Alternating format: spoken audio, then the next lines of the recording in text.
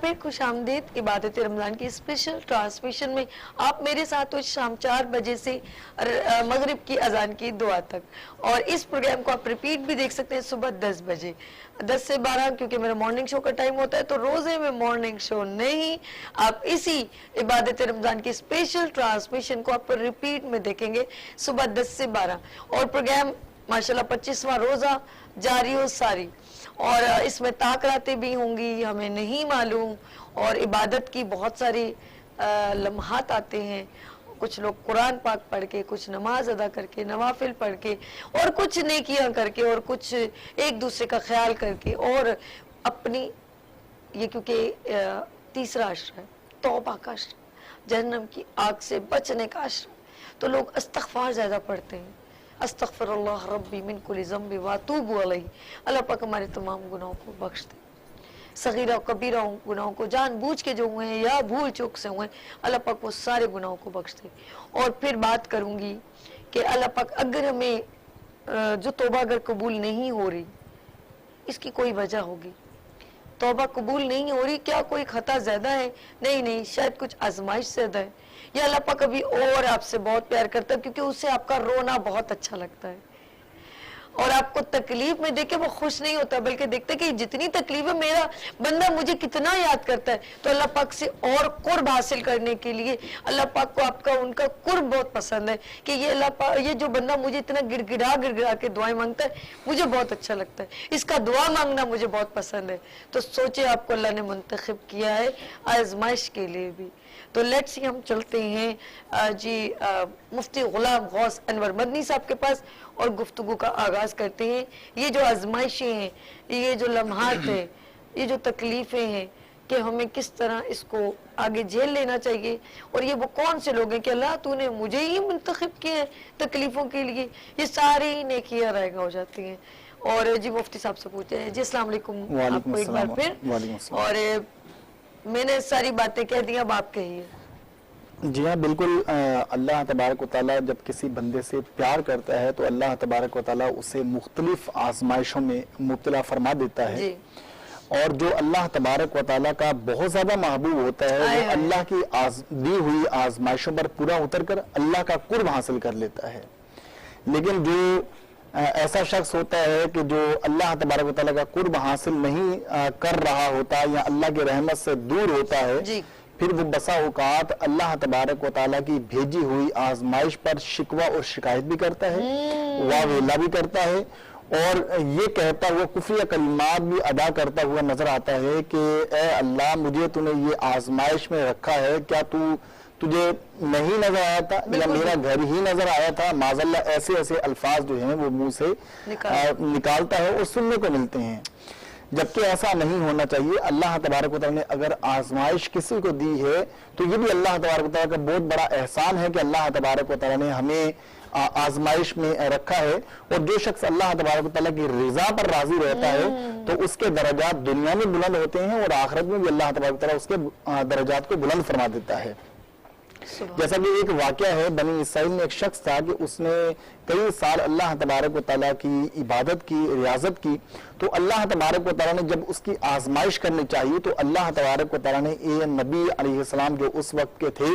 ان پر وحی کی کہ اے میرے نبی فلاں جگہ جاؤ، اور وہاں پر ایک میرا محبوب بندہ ہے، وہ میرا ذکر کر رہا ہے، میری عبادت کر رہا ہے، اور اتنے سالوں سے وہ میری عبادت میں مشغول ہے، تم جا کر میرا یہ پیغام دے کر آؤ کہ اللہ نے تیری عبادت کو رد کر دیا ہے۔ جب وہ جا کر یہ پیغام سناتی ہیں کہ اللہ نے تیری عبادت کو رد کر دیا ہے، ضائع کر دیا ہے، اگر ہم میں سے کوئی ایسا شخص ہوتا، کوئی آ کر یہ کہہ دیتا کہ تم نے صبح سے لے کے شام تک جو روزہ رکھا ہے اللہ نے تیرے روزے کو قبول نہیں کیا، اس روزے کا کوئی فائدہ نہیں تھا، ہو سکتا ہے کہ ہم دوسرے دن کا کہتے چلو روزہ چھوڑ دو یار، جب اللہ ہمارا قبول ہی نہیں کر رہا۔ لیکن وہ شخص نے کہا کہ جب اللہ تبارک و تعالیٰ نے میری اتنے سالوں کی عبادت کو رد کر دیا، جب اس نے یہ سنا تو وہ رقص کرنے لگ گیا، وہ خوشی میں جھومنے لگ گیا، تو بڑے متعجب ہوئے، پوچھا کہ آخر کیا معاملہ ہے، اللہ تعالیٰ نے اتنی عبادتیں تیری اللہ نے رد فرما دی ہیں، تجھے تو رونا چاہیے تھا، گریہ کرنی چاہیے تھی، آخر وجہ کیا ہے؟ تو وہ شخص کہنے لگا کہ وہ مالک حقیقی ہے، وہ خالق حقیقی ہے، اس کے دفتر کے دو خانے ہیں، ایک مقبول لوگوں کا، ایک نامقبول لوگوں کا۔ اگر اللہ نے مجھے مقبول لوگوں میں نہیں رکھا تو کم از کم مجھے نامقبول لوگوں کی فہرست میں تو رکھا ہے، یہ بھی اللہ تبارک و تعالیٰ کا بڑا کرم ہے۔ تو یہ رضا پر راضی رہنے کی برکت یہ ہوئی کہ اللہ تبارک و تعالیٰ کو یہ ادا اتنی پسند آئی کہ اللہ نے اس بندے کی بخشش فرما دی۔ تو اس لیے اللہ کی رضا پر راضی رہنا یہ نیک لوگوں کا کام ہوتا ہے، اچھے لوگوں کا کام ہوتا ہے، اور آزمائشیں جو ہیں وہ صرف ہم پر ہی نہیں آئی، اس کے علاوہ صحابہ کرام پر بھی مختلف آزمائشیں آئی ہیں، اہل بیت اطہار پر بھی آزمائشیں آئی ہیں۔ صحابہ کرام پر اس طرح آزمائشیں آئی ہیں کہ صحابہ کرام کو ہجرت کے موقع پر نبی پاک علیہ السلام نے گھر چھوڑنے کا حکم دے گیا، اپنے آباء و اجداد کو، اپنے وطن کو چھوڑنے کا نبی پاک علیہ السلام نے حکم دیا کہ مکے کو چھوڑ کر ہم نے مدینے جانا ہے۔ اب یہ صحابہ کرام کی آزمائش تھی۔ بعض تو صحابہ کرام ایسے تھے کہ جو نبی پاک علیہ السلام نے کہا تو سب کچھ چھوڑا اور تن من دھن سب کچھ قربان کر کے سرکار کی بارگاہ میں پہنچ گئے، یا رسول اللہ لبیک ہم حاضر ہیں، آپ نے حکم دیا کہ مدینے جانا ہے، اگر آپ یہ کہیں کہ دنیا چھوڑ کر جائیں گے ہم دنیا چھوڑنے کو تیار ہیں۔ یہ صحابہ کرام کی آزمائش تھی، صحابہ کرام آزمائش پر اترے تو اللہ تبارک و تعالیٰ نے انہیں کیا مزدہ عطا فرمایا؟ قرآن مجید فرقان حمید ارشاد فرماتا ہے رضی اللہ عنہم ورضوا عنہ، کہ اللہ ان سے راضی ہوا اور اللہ سے یہ راضی ہیں۔ تو یعنی اللہ تبارک و تعالیٰ رضا کا مزدہ سناتا ہے ان لوگوں کو کہ جو اللہ تبارک و تعالیٰ کی رضا پر راضی رہے اور اللہ تبارک و تعالیٰ کی آزمائشوں پر پورا اترے۔ کیا بات ہے، سبحان اللہ۔ بڑے پیار سے پڑھیں اللہم صلی علی سیدنا مولانا محمد وعلی آلہ وصحبہ وبارک وسلم وسلم۔ ہم بڑے خوش قسمت ہیں کہ اللہ پاک نے ہم پر پیغمبران دین، صحابہ کرام، نبی پاک اور بہت سارے اولیاء اللہ بزرگان دین جو پیغام رساں رہنما بن کے، ورنہ تو ہم بھی بھٹکے ہوئے ہوتے اور نہ پتہ ہوتا کہ ہمیں کرنا کیا ہے۔ خدا نے ہمارے پر تمام ایسے لوگوں کو اتارا جو ہماری رہنمائی کا سبب بنے، اور بس اب ہمیں دیکھنا ہے کہ ہم نے کس راہ پہ چلنا ہے، ہمیں منتخب کرنا ہوگا کہ ہمارے لیے جنت یا دوزخ کے دروازے کھلے ہیں، اب ہم نے کس دروازے کو کھول کے جانا ہے۔ یہاں پر موجود ہیں حافظہ سیدہ رخسار نعت رسول مقبول صلی اللہ علیہ وآلہ وسلم پیش کریں گی۔ بڑے پیار سے پڑھے اللہم صلی علی سیدنا مولانا محمد وعلی آلہ وصحبہ وبارک وسلم وسلم علیہ۔ جی حافظہ سیدہ رخسار صاحبہ۔ جی وعلیکم السلام۔ اللہم صلی علی سیدنا و مولانا محمد، اللہم صلی علی سیدنا و مولانا محمد وعلی سیدنا علی و سیدتنا فاطمہ و سیدتنا زینب و سیدنا حسین و سیدنا حسین وعلی آلہ و صحبہ وبارک وسلم وبارک وسلم۔ جنت میں فاطمہ کی، جنت میں فاطمہ کی کنیز جہاں رہے، جنت میں فاطمہ کی کنیز جہاں رہے۔ یا رب میری دعا ہے، یا رب میری دعا ہے، میری ماں وہاں رہے۔ اللہم صلی علی سیدنا و مولانا محمد، اللہم صلی علی سیدنا و مولانا محمد۔ میں لب کشا نہیں ہوں، میں لب کشا نہیں ہوں، اور میں ہوں، میں محفل حرم